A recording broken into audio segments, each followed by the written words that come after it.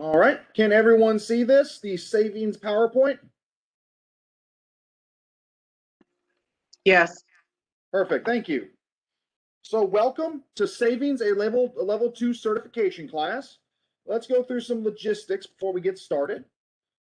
Please, if you have not already, as a form of a sign-in, put your name in the chat. So please, if you have not already, as a form of a sign-in, put your name in the chat. This class will be recorded, so please let me know if you have any issues with that. Just to give you a background, who am I? I see a couple new names. My name is Joseph Cecil. I'm the Financial Empowerment Coordinator for the Office of Resilience and Community Services. One of the programs I get to coordinate on behalf of that position is the Community Financial Empowerment Certification Program, where our main goal is to help spread comfort and knowledge to frontline social service staff and handling financial discussions and communicating financial resources to the people they serve. So we are scheduled from 10 a.m. to noon. That is always a more generous time frame than we need. That is always just a safe time frame. My goal is always to get you out of here around 11 to 11:30. And today we're going to be going over savings, both tactics and plans and resources. So please stop me if at any time you have a question or something just doesn't make sense. So let's have some ideas. I want to hear from you all. Why do people save money?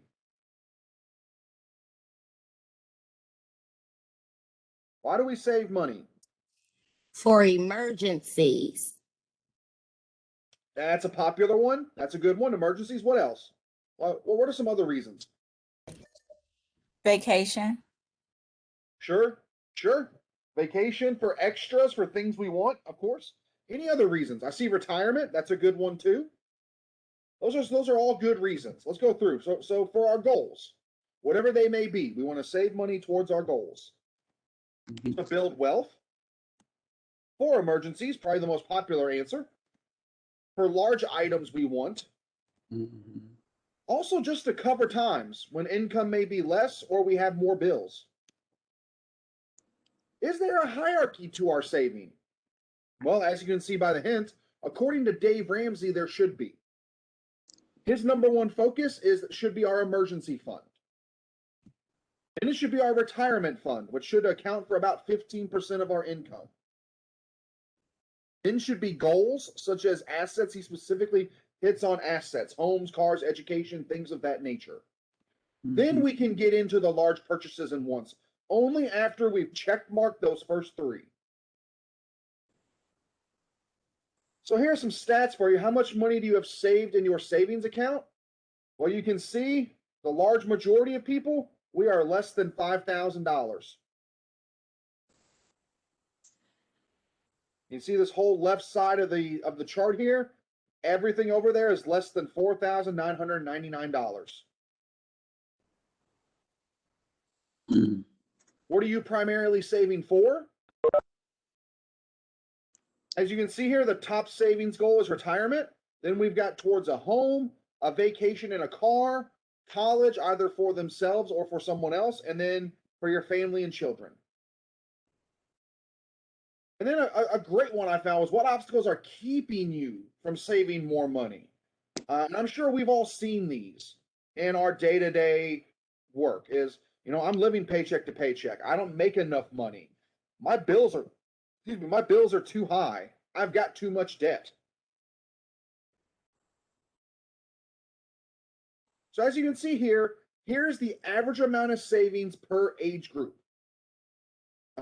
With the younger generation, they're somewhere around that 4,500 range. As we get up into our mid 30s and early 40s, we're around 10.5. 45 to 50, we're about $15,000. 55 to 60 is the most money usually throughout our lives we'll have saved up. And that is for a number of reasons. The first is most of our big bills are gone. By this point, we've paid off a mortgage. The kids are usually through college, hopefully.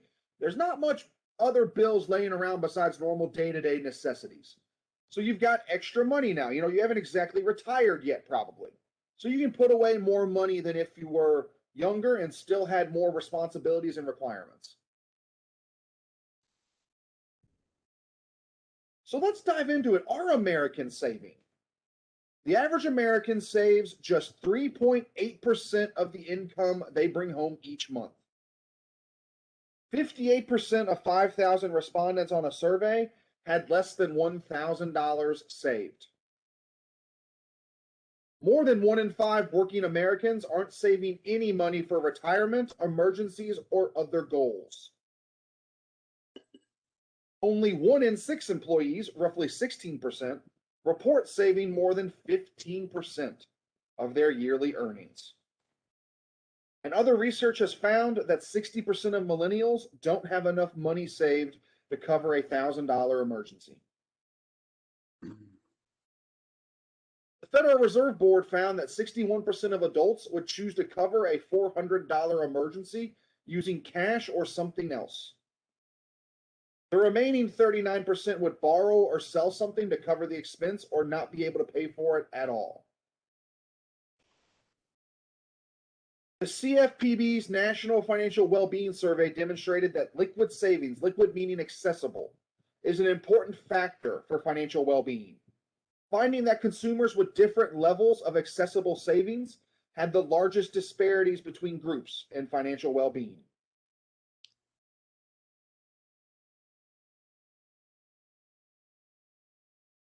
So a key thing is, before we even start saving, we need a safe place to keep our money first. Who can tell me the main difference between a bank and a credit union? They got a few small differences between them, but what is the big main difference between the two? Does anyone got that courage to throw out a guess? I think it has something to do with credit unions. The members own the credit union. Okay. That is one of the smaller differences. But you are correct, that is a difference. The big difference is this. At the end of the day, a bank is a for-profit business. When you purchased a product or service, you're a customer at a bank. A credit union is legally a 501c3, which I'm sure we all know that term. It just means they are legally a community nonprofit organization. When you get a product or service at a credit union, you become a member of that credit union.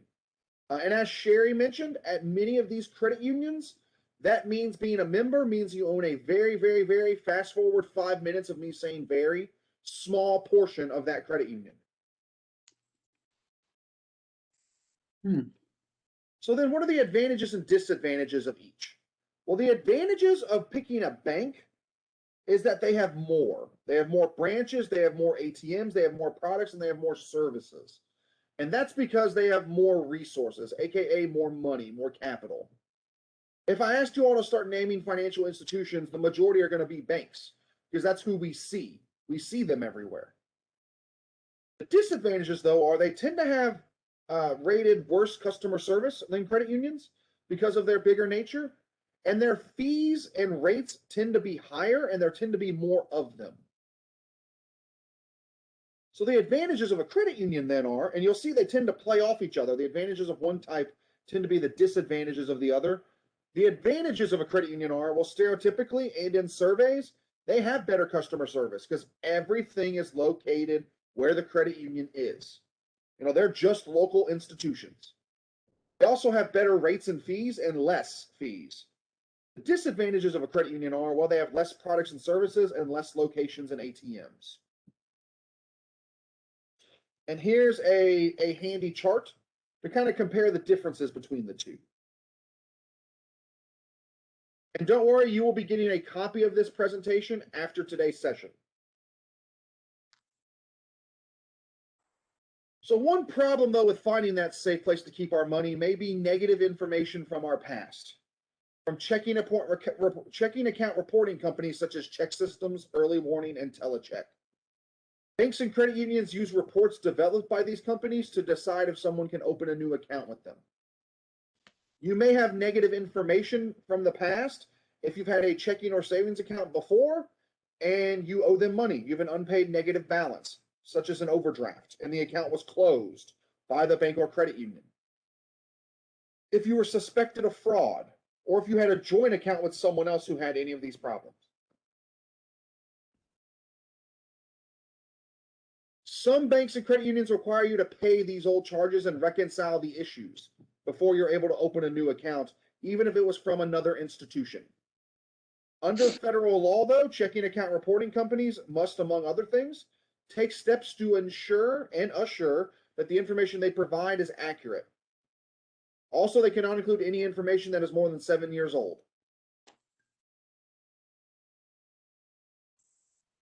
So if you're working with someone who has these issues, send them to us at Bank on Louisville for the Start Fresh class. That is a second chance banking focused workshop.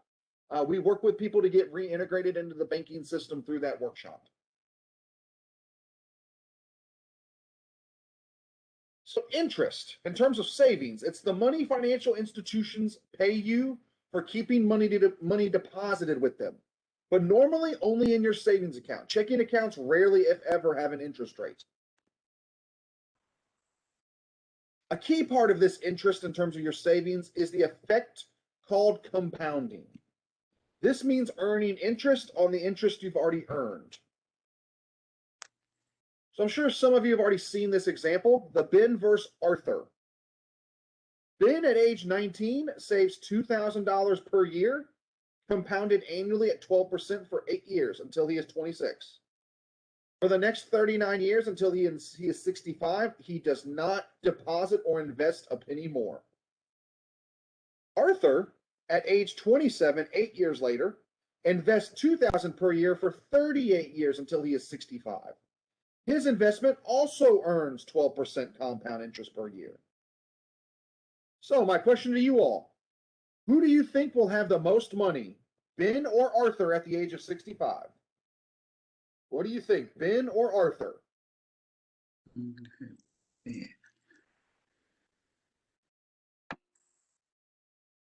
Arthur?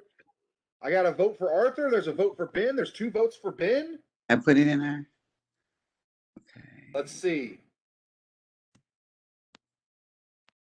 Ben, who only saved for 8 years with a total investment of $16,000, beat Arthur, who saved for 39 years and invested $76,000. Ben actually came out $700,000 ahead. Wow. Ben's total was $2.28 million to Arthur's measly $1.5 million. You'll see the chart here. Because Ben invested sooner, his interest kicked in earlier and compounded more over time than Arthur, who waited. Though Arthur put in more actual money, because he waited to start that compounding effect, it cost him. So I don't know anybody who would still be mad at $1.5 million.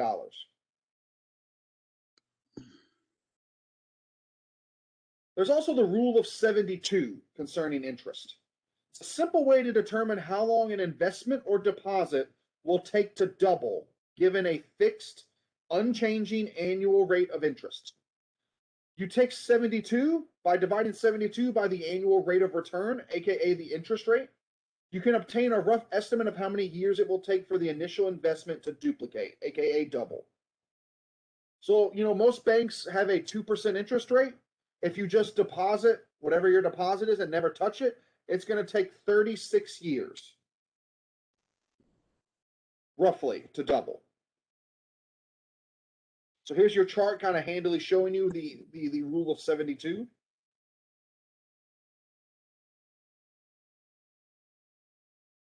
So let's get into some savings. Emergency savings. Gallup did a survey in the decade leading up to the 2008 recession and found that only 32% of Americans would be able to cover a $5,000 emergency without borrowing money. This figure increases to 50% for African Americans and 42% for Hispanics. 7 out of 10 said they'd be charging up credit cards, taking out loans, or hitting up family to cover the expense. Can you all name for me the 5 big general types of emergencies? What do y'all think?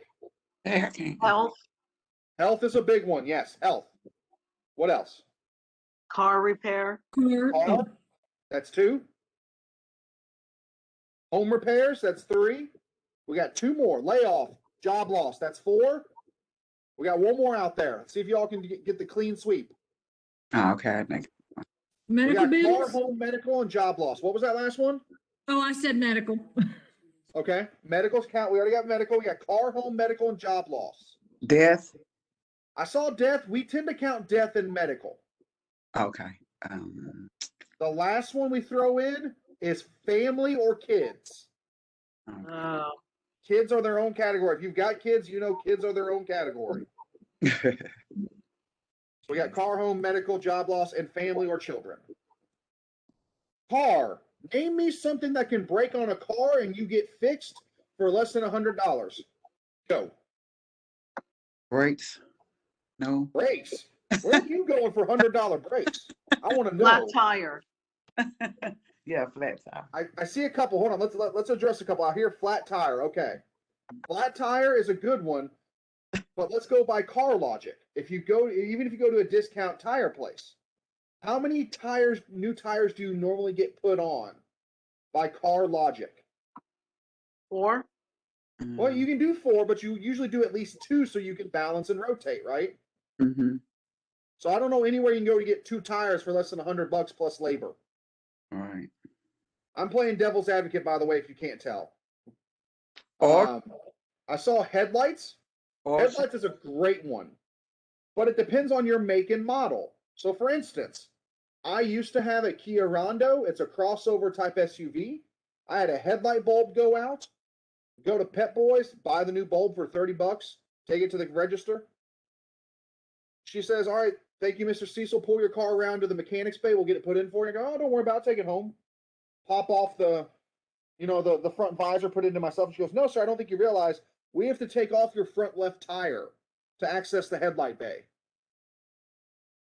So now I went from a $30 bulb to $150 plus labor because I need a NASCAR pit crew to put in a headlight. I saw oil change. That's a good one. That you should get that for less than $100. But I think we can all agree, a lot of things that break on a car, we're going to be creeping towards a higher money amount than we think. Home, with or without homeowners insurance, big costs can add up quick. Water heater, furnace, even if you have homeowners insurance, a new roof is not always covered, and those can jump easily into the thousands. The cost of an ER visit in a 2017 study, the average total ER visit cost was $1,233. By the way, ER wants payment then and there. They don't really like to wait. The first priority is never your wallet, but your immediate care and health. Do you require an ambulance? You can easily be in the $1,000 or more territory for that. Do you have insurance? That's not their concern. So we got to have money set aside. Medical debt, as we already know, or we probably heard, is the largest rising area of debt in the last 20 years, and it's going to keep growing. With insurance, you may have a copay, but even that's normally between $50 and $150. Without insurance, who knows how much we could rack up?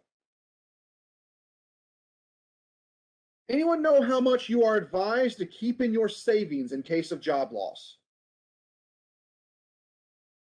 6 months. 6 months. 3 to 6 months of expenses. That's the key. Not income, 3 to 6 months of expenses. We want to make sure we got money set aside for what we need to pay for. CNN reports that the average job search process takes just over 6 weeks or 43 days to be exact. That's where that number comes in. It's not based off that CNN report, but usually a good window for trying to find a new job is about that 2-month window. So you need to have that money set aside. So a good step with an emergency savings is to put $1,000 in a beginner emergency fund. This is a Dave Ramsey philosophy. He believes most people can come up with $1,000 in a month if they make it a priority. Putting aside just 50 cents a day over a year will get you almost halfway to that emergency fund. For most people, though, the full emergency fund is somewhere around $10,000 to $15,000.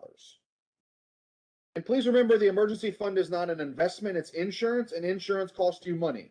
In terms of costing you money, it means it's got to sit there. You know you want to dig into it, dive into it, but we can't. We got to let it sit there for the rainy day. Also, keep your emergency savings liquid. Just a fancy term for available. Please also, if you mix your emergency fund with your other money, your regular savings, it will vanish. You want it available, but you want it separate then. You need it off to the side where you won't accidentally dip into it, but where you can get to the money without any headaches or having to worry about anything else. A great tactic, if you're working with someone or even yourself who is struggling to save, is pay yourself first. This means designating an amount of your income or paycheck to pay yourself first before any of your bills. Most people, what do? We pay our bills first, and then we will come back and save whatever's left over. We tell ourselves this. But for most people, that method of saving doesn't really work because we don't have anything left over to save. You should pay yourself first. Make sure that your first priority is taken care of, and that's you. It doesn't have to be a large amount of money, but designate something that you set aside for yourself. There's also the sinking fund approach. This plan calls for a general savings fund. When a time period comes, either monthly or yearly, you take what you have set aside and divide it up where it is needed. You continue until you've met your goals. So for instance, in a given month, you have $600 left over for saving. As you see here, you would break it down by this plan if this was your goals. Send $100 towards a vacation fund, $300 for a new car, $50 for backyard renovation, $50 for medical, $50 for car, and $50 for home. And just have that plan each month. There's also the savings bucket strategy. This is when you have multiple savings accounts or buckets, so you can very clearly see where you are in relation to your goals. This strategy works really well for goals because it encourages you not to dip into those buckets. When your savings bucket is for one specific thing, a specific goal, you're more likely to keep contributing to it and not withdrawing from it until you've reached it.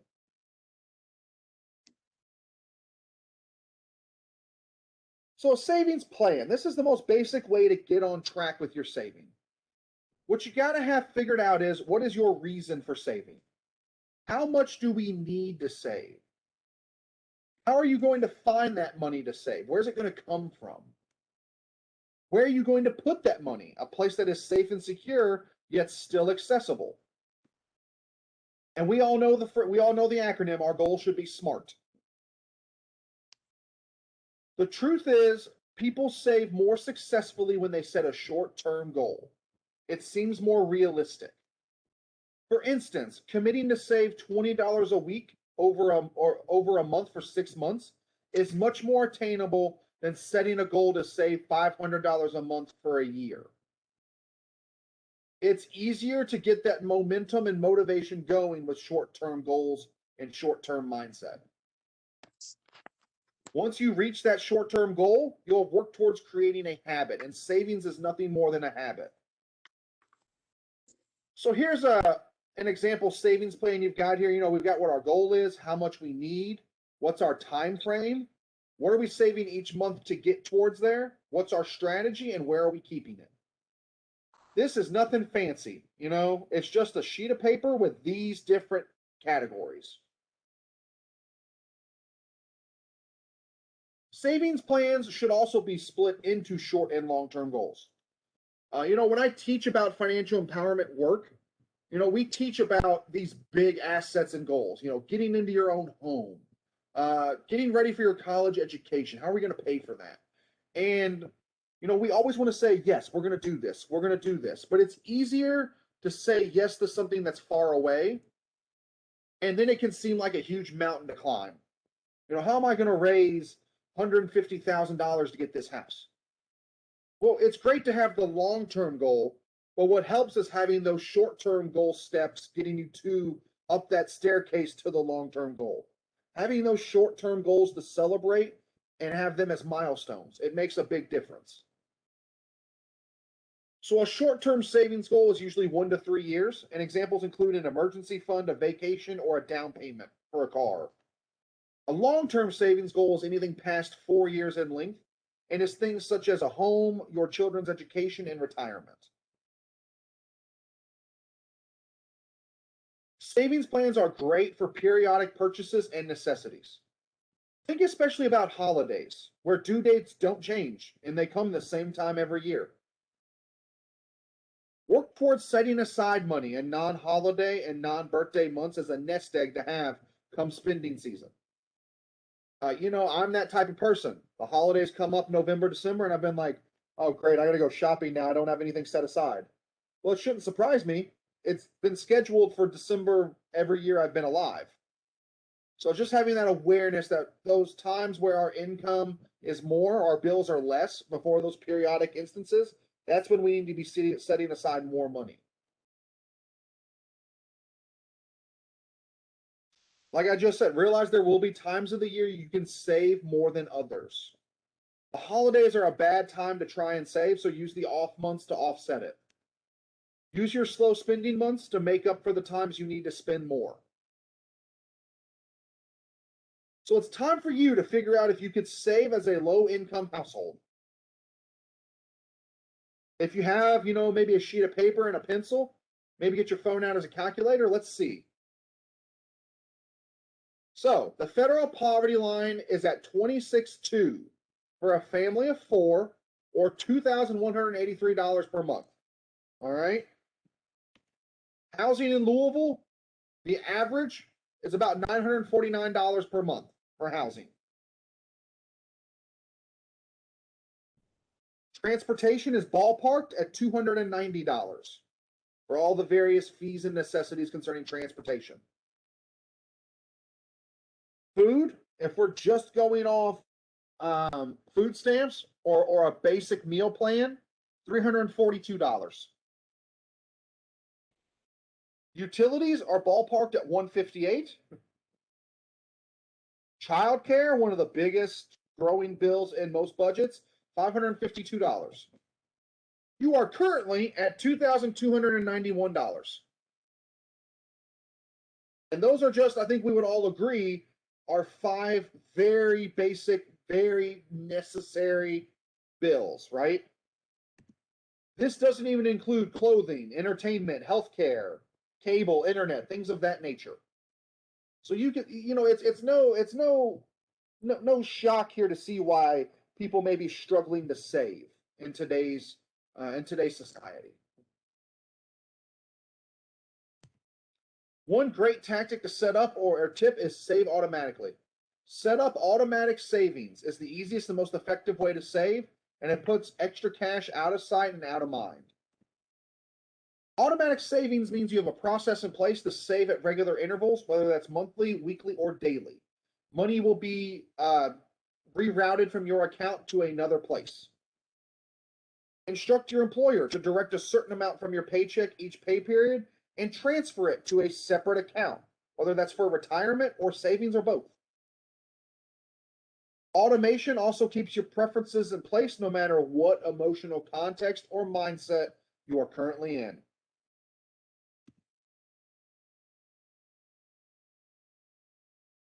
Also, use the technology that's out there.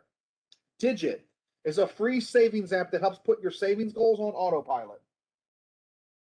Basically, this app monitors your income and spending once you connect your checking account. And after analyzing your habits, Digit automatically deducts a little bit of money from your checking account every few days.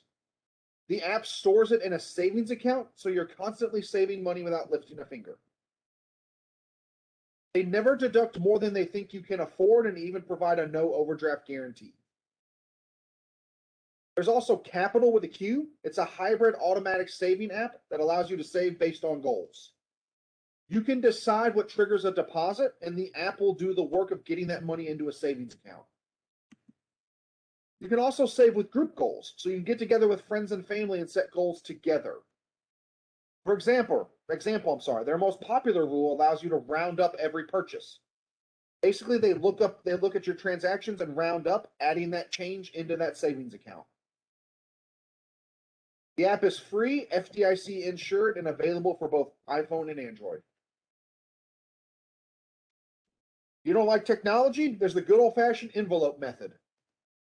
Pick a money amount each day or week and set aside that amount in an envelope every day or week for a month. $1 a day, you set aside $30. Put the envelope somewhere safer at the end of the month or keep collecting them for a whole year and see what you can add up. So we talked about with the bills and necessities, we might need to find ways to save, find money to save.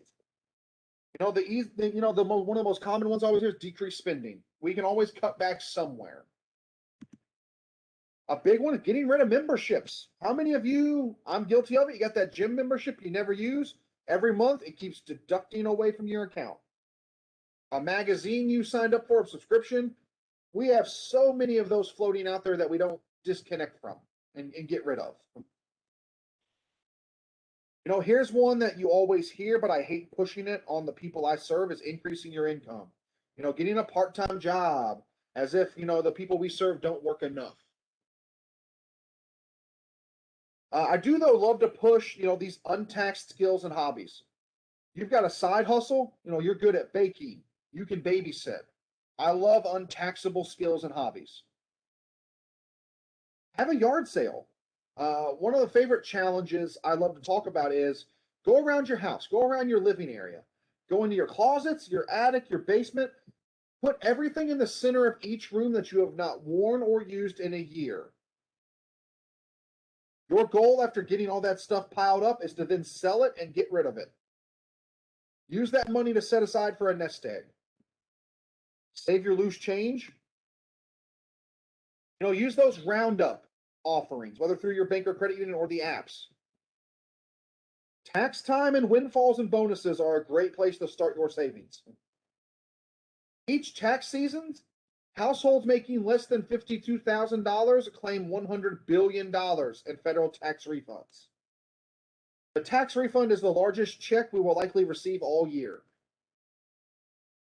JP Morgan Chase Institute reports for 40% of account holders, the tax refund payment represents the largest single cash infusion into their accounts for the whole year. Setting up direct deposit with the IRS can send that refund to a preferred savings account. This windfall provides the perfect opportunity to start or grow an emergency fund, a college fund, or just set up your savings goal. Use that tax time refund to create a nest egg. I think we've seen this. A lot of people see the tax time refund, though, as a gift. I got to go spend this on myself. Instead, let's create the mindset of let's set it aside. And like I said, many people view it as an unplanned bonus. The CFPB, the Consumer Financial Protection Bureau, did some research about tax time savings.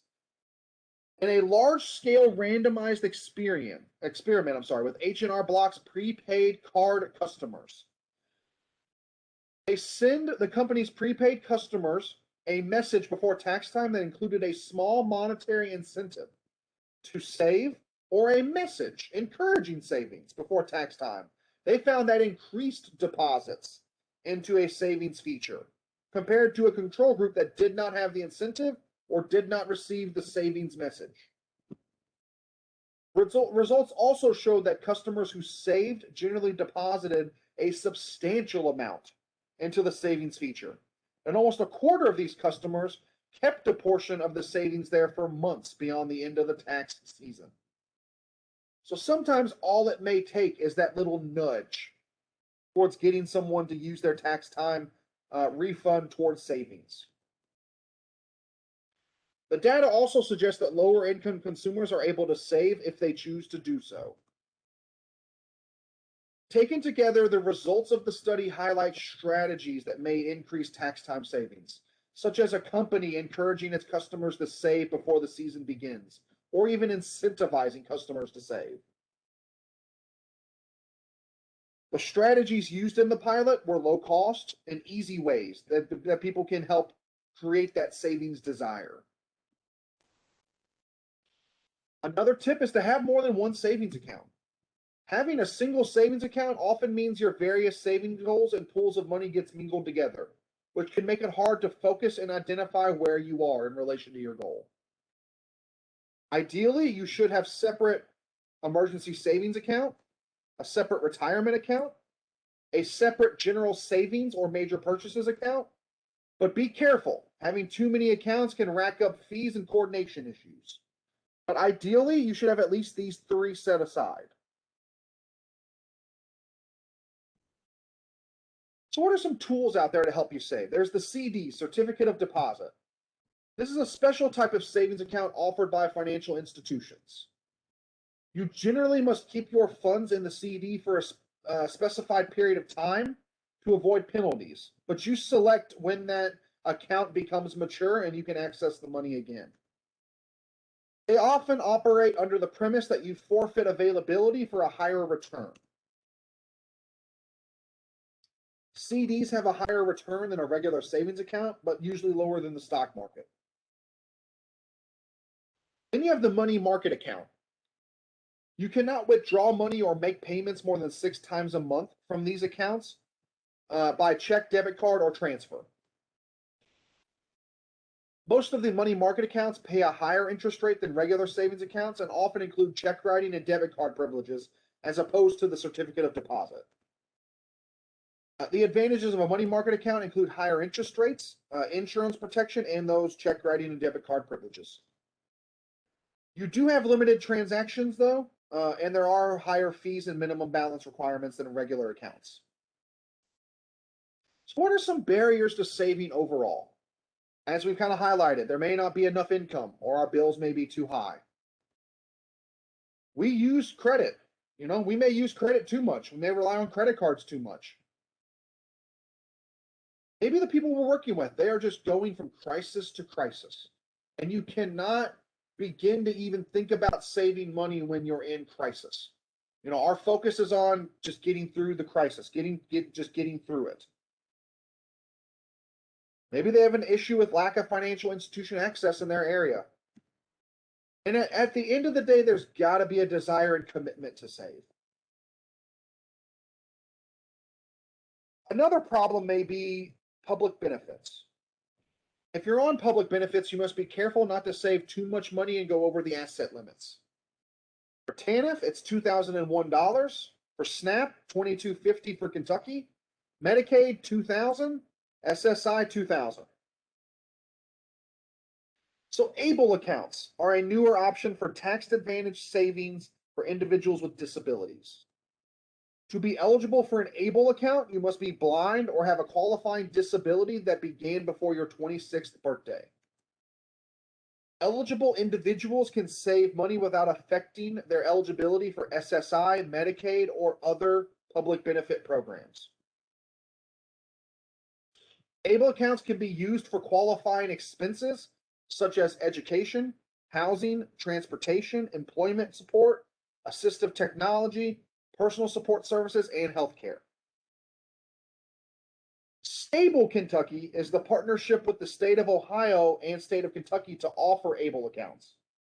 Individuals who qualify can contribute up to $15,000 per year, and you can choose from among 5 different investment options, including 4 mutual funds and an FDIC insured investment. Other special tools are the 529 College Savings Plan. These are tax advantage savings plans that can help guardians and parents save and invest for an education. They may be used for kindergarten to 12 tuition as well as college costs. It's up to each state whether they offer them, but practically all of them do. You've also got IDAs, though they are unfortunately disappearing. In all, more than 600 IDA programs are active nationally. The average IDA participant saved $935 after 3 years in a program. IDA participants were 35% more likely to be homeowners, 84% more likely to own businesses, and 95% more likely to pursue post-secondary education than non-participants. For those who are not aware, an IDA account, or an IDA program is matched savings towards a specific goal normally. Normally, it's a program focused on home ownership or post-secondary education. A newer option are the health savings accounts.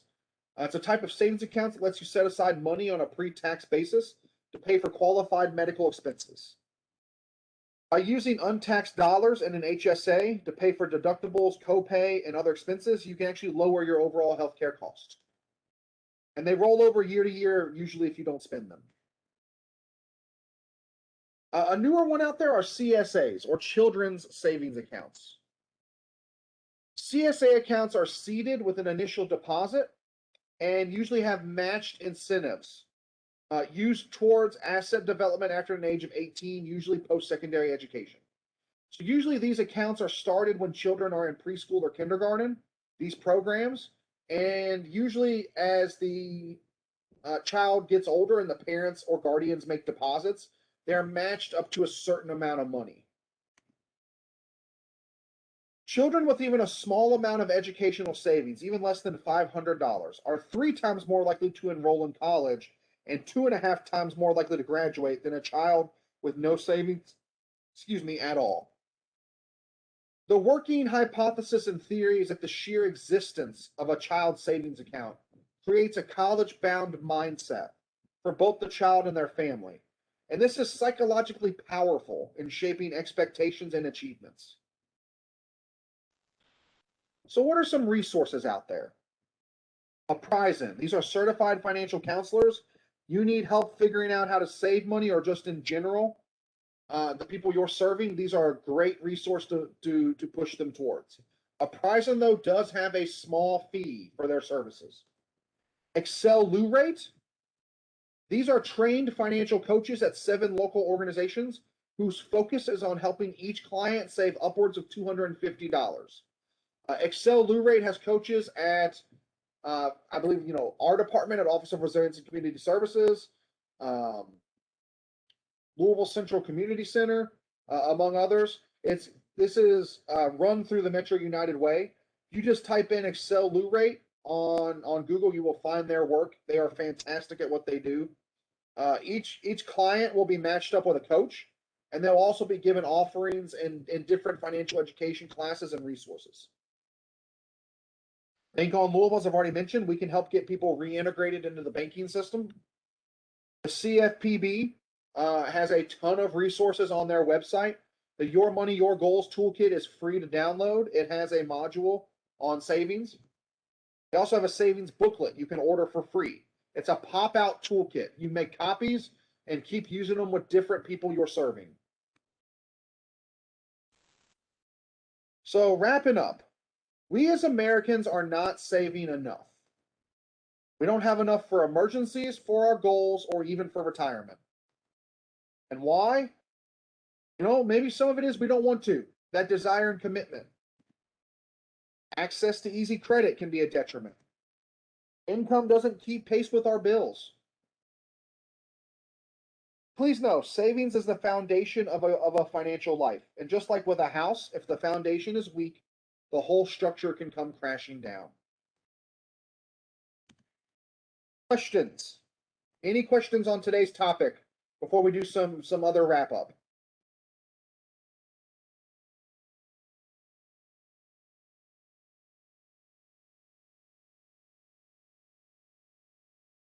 All right, seeing none, the PowerPoint and post survey will be emailed out later today.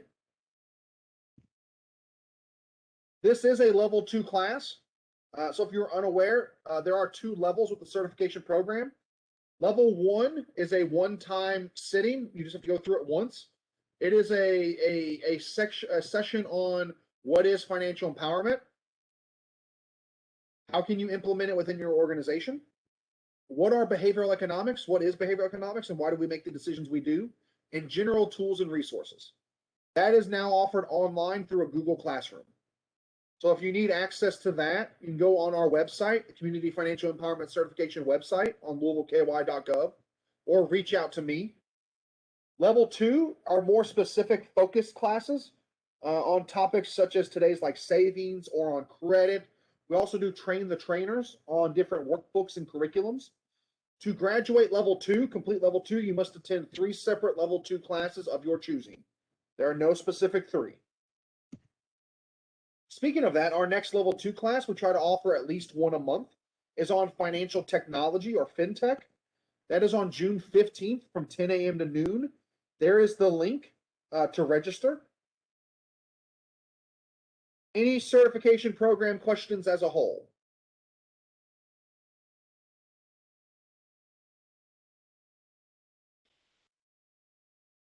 Should also mention there is no specific certificate for attending today.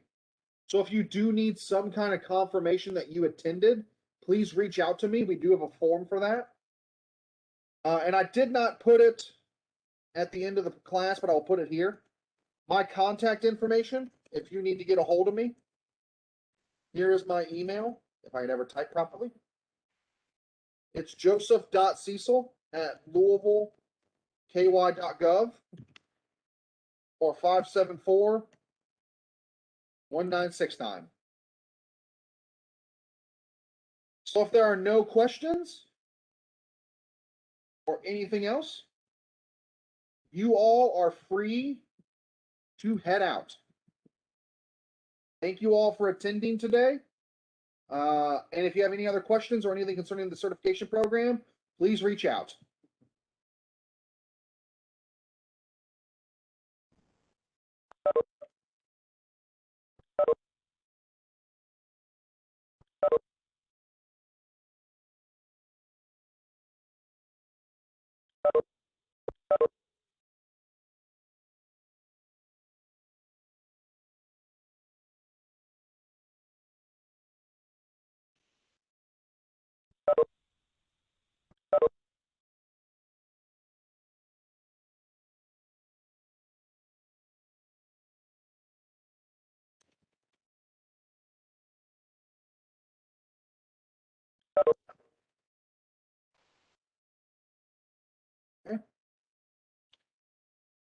Okay, Brian.